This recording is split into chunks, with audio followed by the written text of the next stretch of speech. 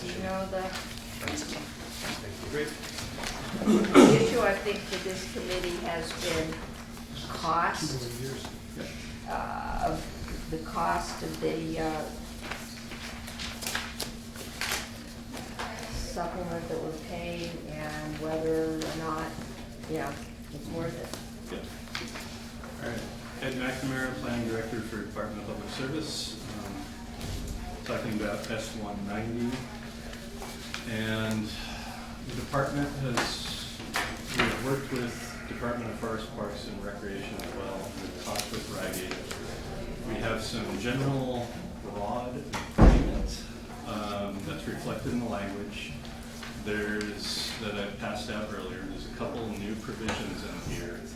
And Ryegate can speak for itself when it's up here.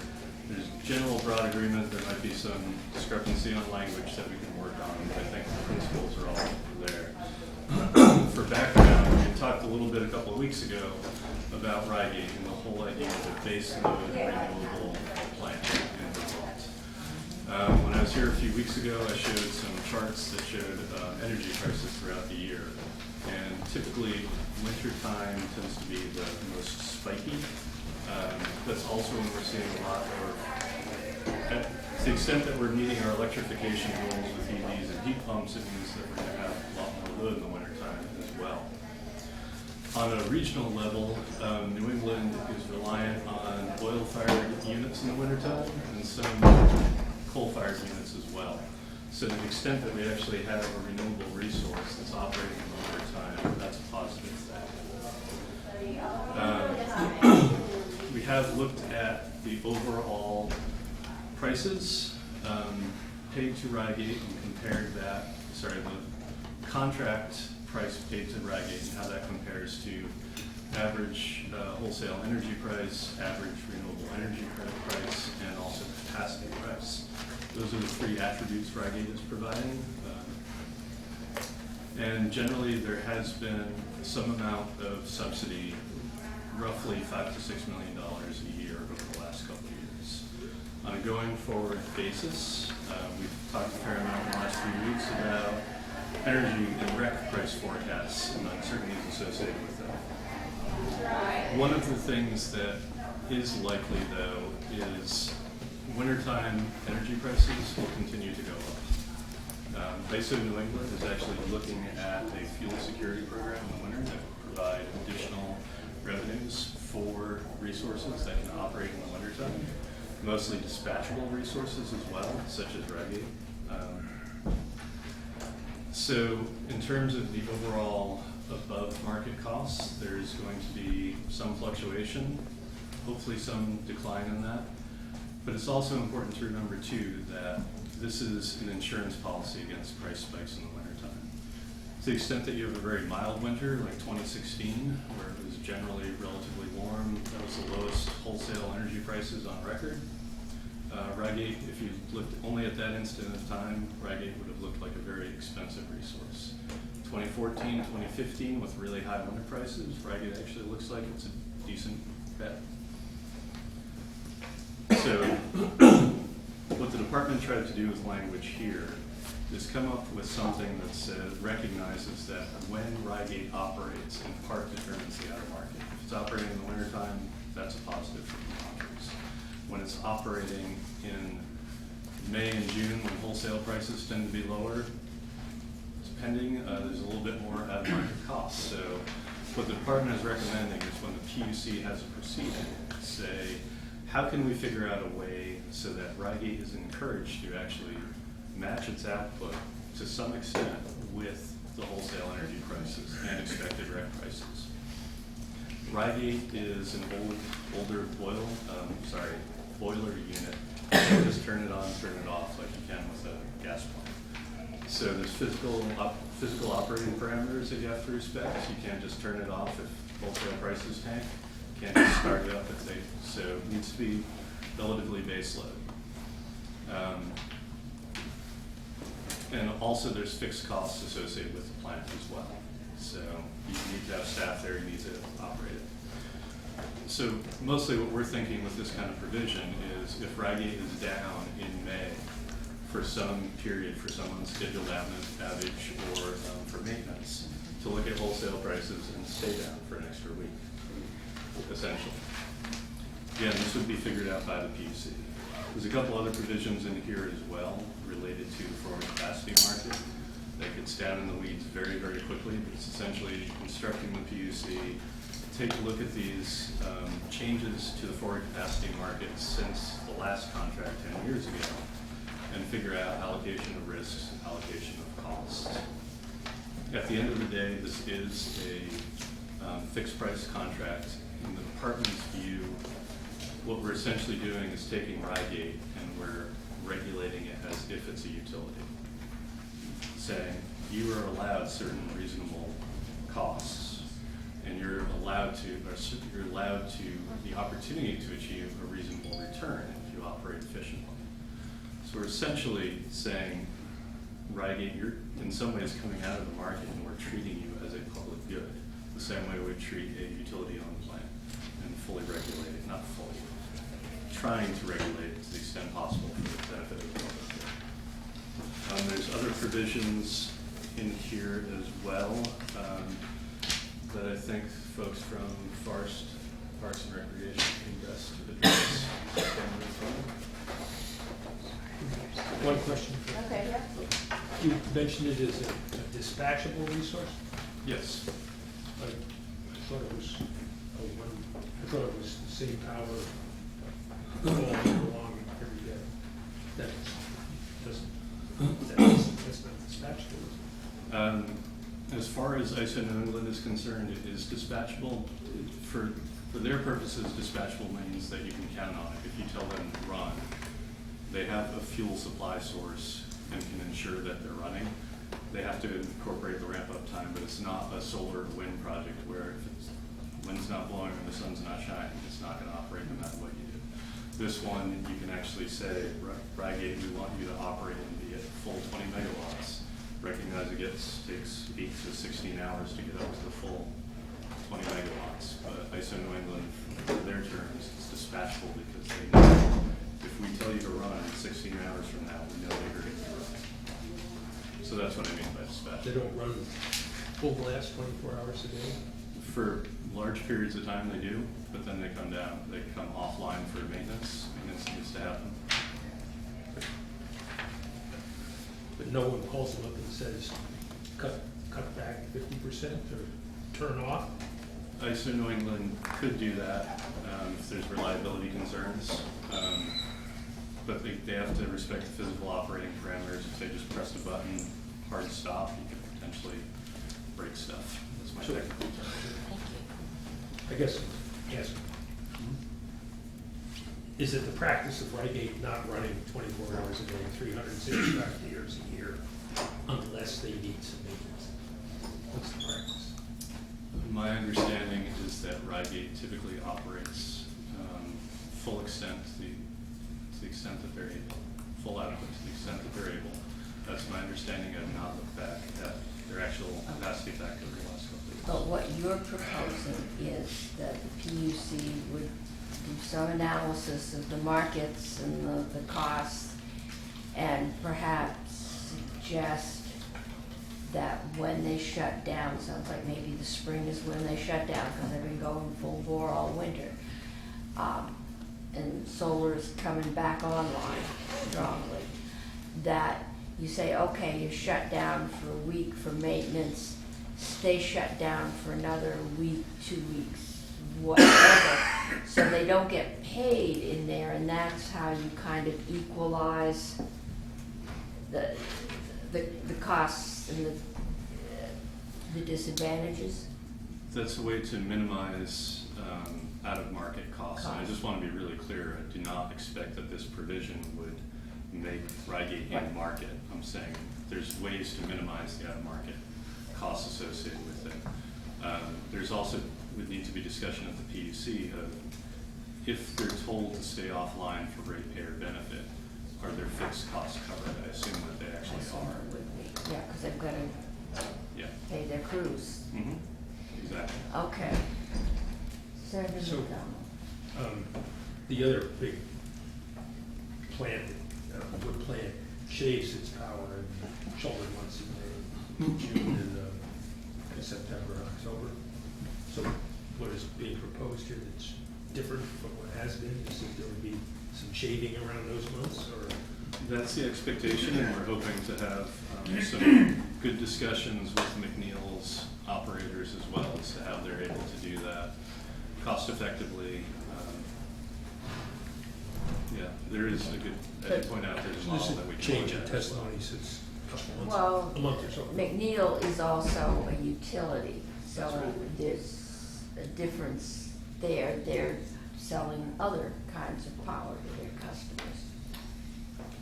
That's correct. Yeah, so this is just a generator. Just out of curiosity, is ISO able to tell McNeil when you do full blast, that are they dispatchable in the same sense? Any generating unit that's 5 megawatts and over is subject to ISO New England rules. So McNeil, almost all wind projects in Vermont, a large number of the hydros are subject to ISO dispatch rules. You'll slow down for sure. Yeah, by their decision, I was just curious how that worked. Because we're built on regional transmission reliability. You done any thought about Vermont trying to supply all its own energy, and is that going to, other than we've heard it might have some costs on transmission? Is that, Quite an amendment. it's. I've heard that has come up once or twice. Yeah, I mean, it's quite a change. And I'm just wondering how that works with this whole, we're all in this together. And when we need electricity, if we lose all our generating for whatever reason, Massachusetts and, they'll all supply it. So, has the department done any thinking about that? The department has definitely thought about the amount of in-state generation versus reliant on out-of-state. I think it was last week I came in, I had some slides that showed there's roughly 800 megawatts of generation in Vermont. A fairly significant amount of wind and hydro and solar in particular, and then 80 megawatts, 70-something. You cannot count the Connecticut dams even though I did not count the Okay. Connecticut dams in those. Electrically, they're closer. part of closer them, to yeah, that. part of them are in Vermont, but we, despite our best efforts, don't own them. Yeah. Vermont generally does rely on, I think you heard Hans Presme from Belco talk about ties, and is heavily reliant on the region. And I'd say 90% of the time is getting power from outside of Vermont's borders. Okay. And this simply comes down to, it's something that was discussed in the last comprehensive energy plan, that will be discussed in the next one. Essentially balancing costs, economic development within states, reliance on external ties, Quebec, New York, and the rest of New England.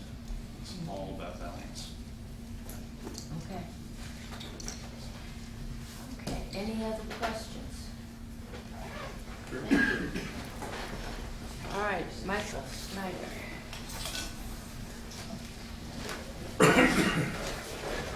Thank you, Madam Chair. Good evening. For the record, Michael Snyder, Commissioner of Forest Parks and Recreation, along with Deputy Commissioner Sam Lincoln. Would Sam like to come up with you? It's so Or is he crowded, just- I'm happy to have Okay. him always, but, or you could weigh in from there. if I'm Okay, free. that's fine. This is your show. Great. Appreciate the chance to speak to S-190 largely because clearly this is the purview of the Public Service Department.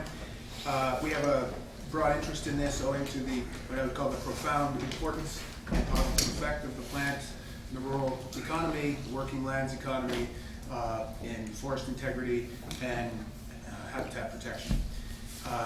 And I could speak to those elements. You've heard a little bit about that from others, so I'll just, for now, unless you have questions about those larger implications, which are important.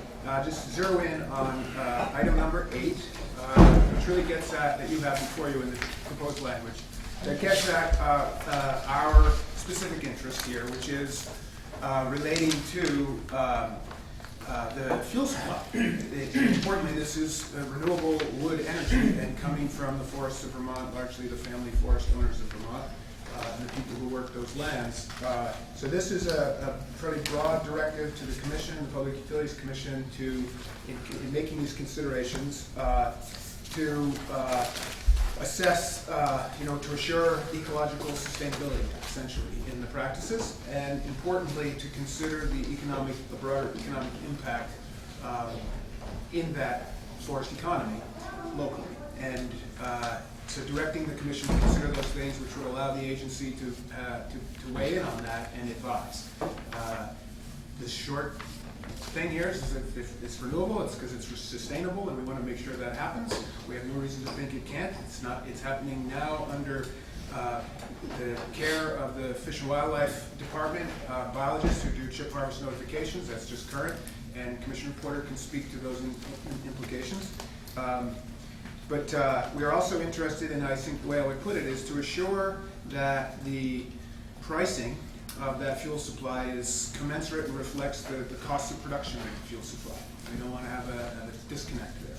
And that's really the long and short of it. And it's pretty well stated here in number 8 that we would encourage you to consider including in the language. Because it gets at both of those. It gives us a chance to get at both of those things with the Commission down the road. Okay. But I'm happy to take questions. I mean, that's really essentially it. Questions? Senator Dodd? What's the percentage of the wood that comes to Ryegate from Vermont versus the percentage that comes from New Hampshire and Maine?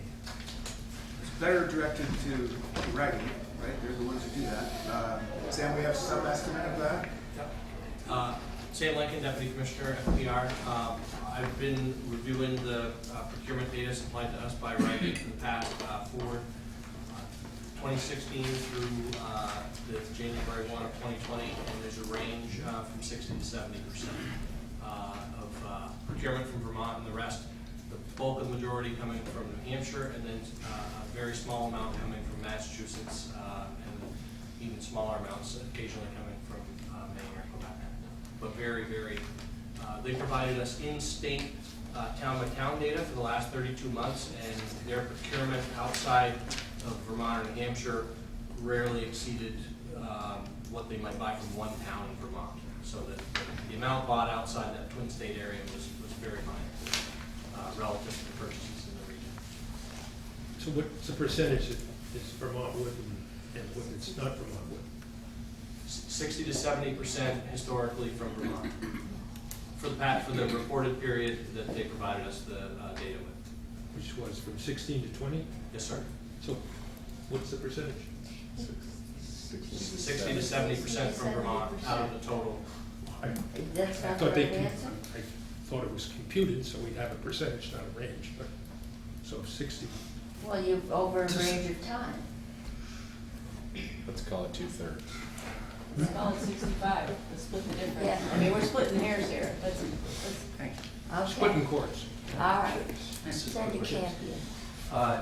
Commissioner, your agency, your department would oversee where you have things like the assessment, whether or not, the ecological design, that's all you guys. Presumably, that is in our domain, our peer review, statutorily, et cetera, and traditionally, and we have engaged with the Commission previously, largely through the auspices of the agency. Yeah. But right, that's where we would be presumably providing that information. We do it as an agency, and so we would have the benefit of input from Fish and Wildlife and the DEC as well. But clearly, I think folks would expect us to be the lead on those practices and advising on that assessment, including the impacts of the forest economy. Other questions? Actually, I wonder if Ed would vote for a quick question. What do we, let's call this over 10 years, a $50 million cost. What do you have us, can you help us understand what that would mean for rates? Is it a fraction of a percent or just within the noise? I can't remember, about $800 million gross operating revenues for the utilities collectively. $5 million a year is 0.5%, roughly. And the actual rate impact is, And that's figured into the present rates, right? Because we're presently paying it. thank you, I It's was not eventually new. going to get there. Okay. Also, important to remember too is the department is thinking of this as in some ways a hedge and insurance value. So when you do have wintertime price spikes, there is actually cost savings associated. Unless the forests run dry, you can run 24/7, 365 if we ask you to. Okay. And Chair, if there are no further for me, I would just like to signal that I don't want to miss it. But there is item I, just before section 2, Okay. that would probably be best addressed by Commissioner Porter, and we be prepared to do so. This is relating to their current role Okay. in oversight, and I can do it right from here if that works for you, Madam Chair. That's fine, just, Louis Porter, Commissioner of the Vermont Department of Fish and Wildlife, for the record. Let me just say, first of all, that done properly and carefully as it is, the operation of Ryegate is a good thing for wildlife. It gives forest landowners an incentive to keep their land in forests. It provides their ability to manage those lands. We, under the CPG from the PUC to Ryegate, we inspect and evaluate timber chip harvest jobs that are destined to go to Ryegate for their impacts on wildlife habitat, work with Ryegate and their contractors to mitigate and limit those impacts. This provision would allow us to bill Ryegate back for that work, which we are currently paying for through our normal budget. okay, so that would be an increased cost that would go under rates. It would be a cost that was being shifted from federal money, general fund, and license fees currently to rates, correct? Rates are more regressive. Well, we could have a discussion about that. I would argue this is a cost that is part of the operation of the facility, not one that should be borne on hunting licenses. Okay, on a hunting license, all right. Okay, Thank you. questions for either, all three? Okay, Senator Saraki. So I just wanted to go back to your question on the impact on rates. You said 0.5% of the total rate charges in Vermont presently? That's a very ballpark number. I can come back with a better number for you. I'm saying that the total gross operating revenues for utilities is about 800 million, Right. 830 million. And 5 million is roughly 0.5%. But as the chair pointed out, that 830 million already accounts for Ryegate because we've been paying for it for the last 10 What years. does the 5 million represent? The Five- 5 million is the cost of this bill? 5 million is the above market cost of this bill. And So what is the above cost of market for presently for everything? that's roughly $5 million. Nothing changes. This is an extension of the present contract. So this 5 million is in the present rates and is presently being spent. It's our cost-benefit analysis as to whether or not it's worth that. So, Senator I McDonald. believe previously mentioned that when Massachusetts wind comes on, that 3-cent recs that are help to pay for that extra money will maybe be cut in half, so it's the last 8 years of this, because it doesn't start in 2 years, it's likely to be another $8 million added to the total of approximately 50 to 60. Is that correct? I would not say $8 million. I would say yes, the cost, the above market cost will go up to the extent that regional rec prices go down because the recs from Ryegate are being sold to offset the costs. Again, there are offsetting things happening here, including the wintertime fuel security on a regional basis and the need to ensure that we have sufficient fuel in the wintertime when natural gas is being diverted for heating. We're relying on oil and coal. These oil and coal plants are starting to retire, and so there's going to be a premium units that can operate in the wintertime. And finally, Madam Chair, from this proposal appears to recognize that it's perhaps producing more power in May and June and October and September and October. The PUC would in the future have discretion over estimate the pair back when that would be helpful. The provision included is to try to minimize the above market costs. That doesn't mean, however, there hasn't been a fundamental change to the bill from 10 years ago where Ryegate is allowed to recover its reasonable costs. And so we can't just shut it down for 2 months in the summertime or the spring and summer and ask their shareholders to pay the costs. Not without, as the chair mentioned, making good perhaps what we call the stranded costs of the plant, sitting there With not fixed producing. Right. Yep. That's correct. Okay. Other questions? Thank you. Okay, Jamey, Fidel. Thank you.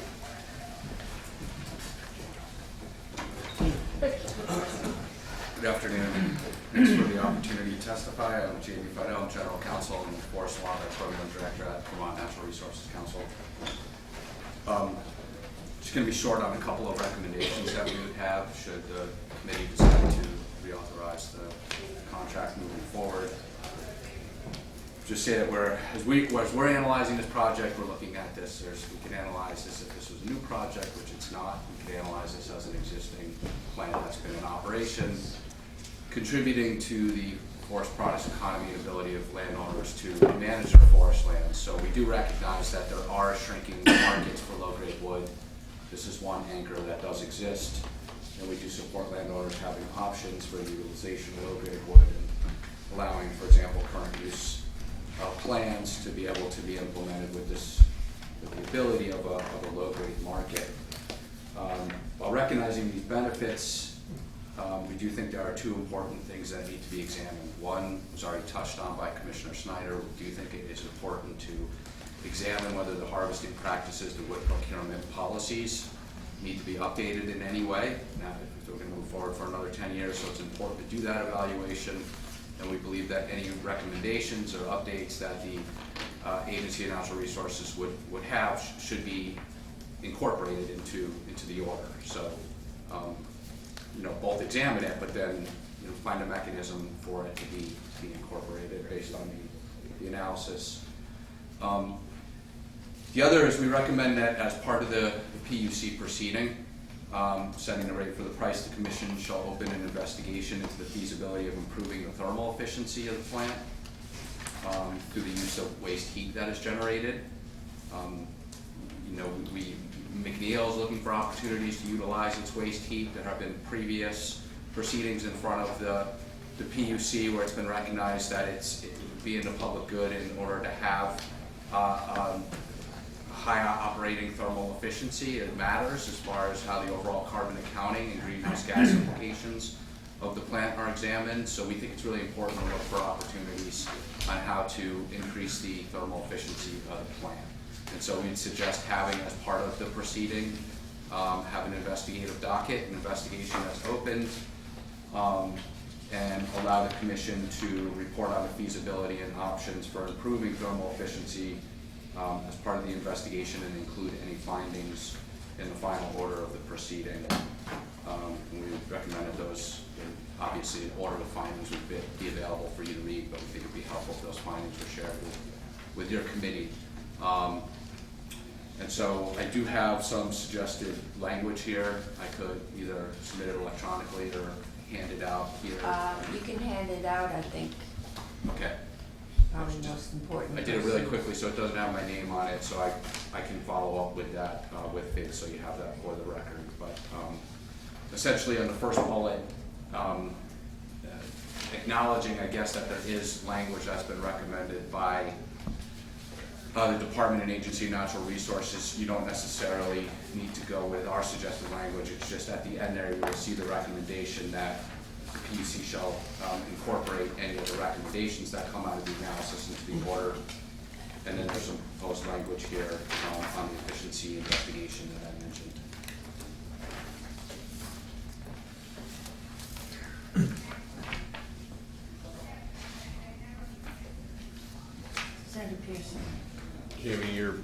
plucking at something that's been on my mind, and I live up the street from McNeil, and I've long shared the same concern about that plant.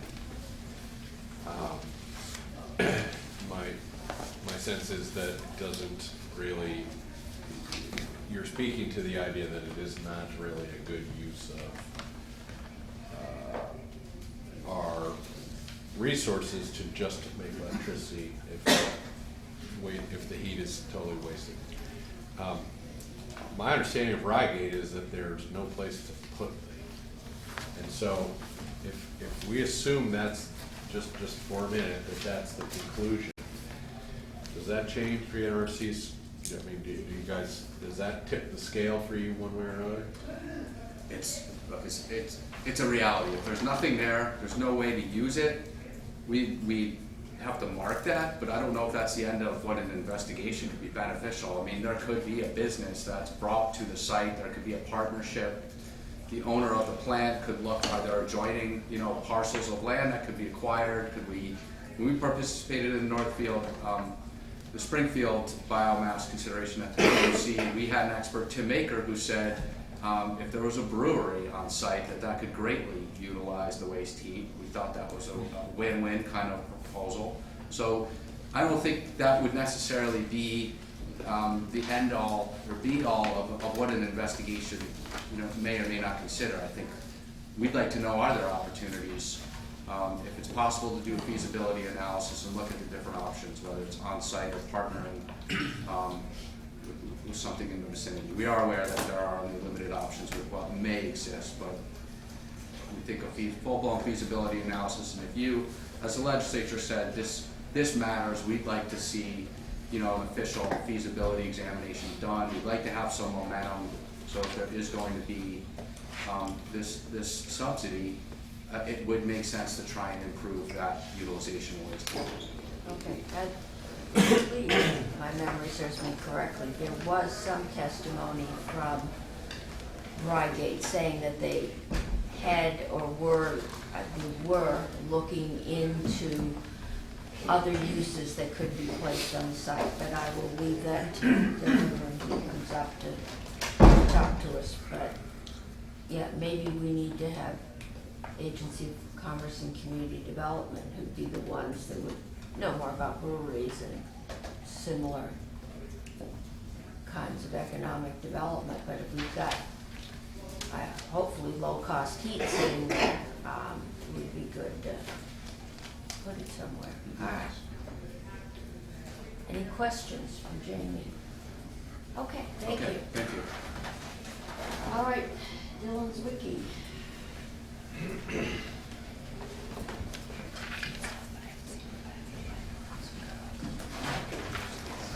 Maybe working in the hall. I wouldn't come in here if I had to. Okay, floor is yours. Thank you. For the record, Dylan Zwicky with VNRC Public Affairs here on behalf of Ryegate.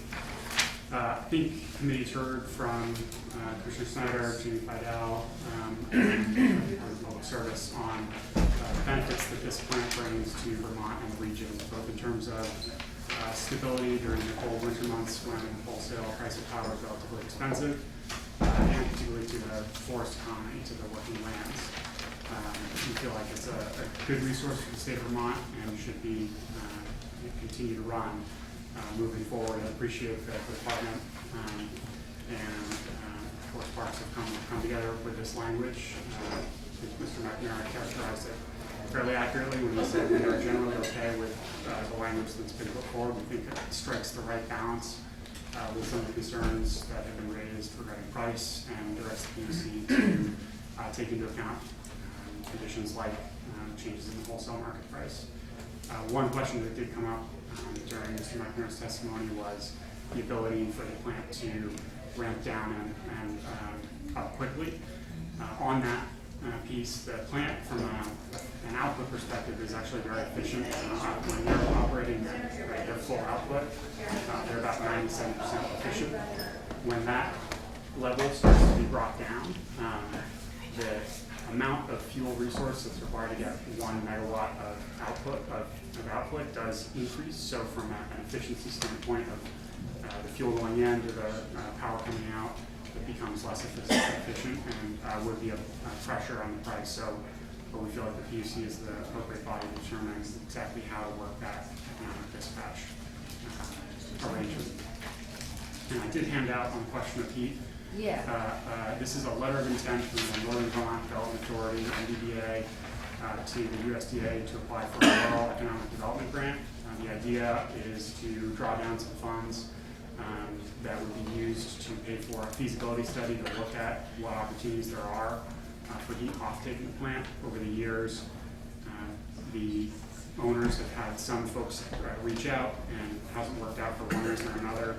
And having feasibility analysis and arrangement that Mr. Fidel put forward in terms of having the PUC open up a docket to look at what those options are make a lot of sense in terms of being able to utilize that waste heat. And recognizing that it's not in the same position that the McNeil facility is. We don't have large institutional off-takers like UVM immediately there. Right. And this is a good first step along with the PUC. Okay. Committee questions? Just, if you're talking about an efficiency, I understand the efficiency for conversion of wood to electricity is about 30%, so you must have been, your 97% must be tied to something. I'm referring to the efficiency of the boiler. And when it's not running at 100 Right. full blast, it loses oil. Okay. Yes. That makes sense. But maybe after this next agenda item. Well, it'll be a little left. Okay. What time? Okay. 3:15. Mr. Snyder, restate. Thank you, Madam Chair. Just on the question of efficiency with respect to the use of the fuel has come up several times, and I'd just like to make a clarification. I think it's really important. Senator McDonald stated that efficiency of electricity generation through wood. It's not about wood. It's not the efficiency of the wood. It's the any steam generation create electrons is relatively inefficient, whether it's coal or oil or wood.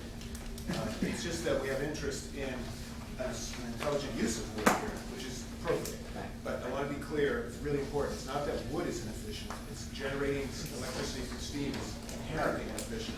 It's not the fault of the wood. If we were West Virginia, we'd be working on coal.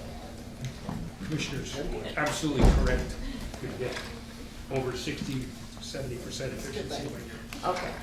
We're going to have to move this along because I've been asked to have us go to the principal's office at some point. One other question, Madam Chair. Okay. One that you don't know the answer to. No, this document, when I don't know the answer to. Yeah. This document was passed out. Is this a proposal? Because this document is the one that references the PUC's further consideration of shaving during the months when the electricity is not as needed, and it also has a transition period in the PUC's new provision authority don't start until the end of the current 10-year period. So is this the one we're talking about? Ed McNamara, I passed that out. My apologies, I did not put any markings on the very top. Yes, I took the existing language and then simply added a couple provisions in there as well. Which were consistent with your testimony? Yes, exactly. So this That's is what was the proposed. proposal? Yep, that's the Okay. proposal. Thank you. Okay. Thank you. Committee, do we have any questions? No. Thank you. Okay, committee, we need to decide. We're into decide mode. We have a proposal from the department. And we have a couple of amendments from the VNRC. I think right now we could simply ask Luke to draft these and bring them back if they're okay. All right, I got a thumbs up. Okay, Luke, can you do that and bring it back to us when we get back here for And they're combining the Talking two. about the week. combining the two? You say bring them back when you get back here, you mean the week after town meeting? Yes, Sure. okay, good. On to the next one. Look at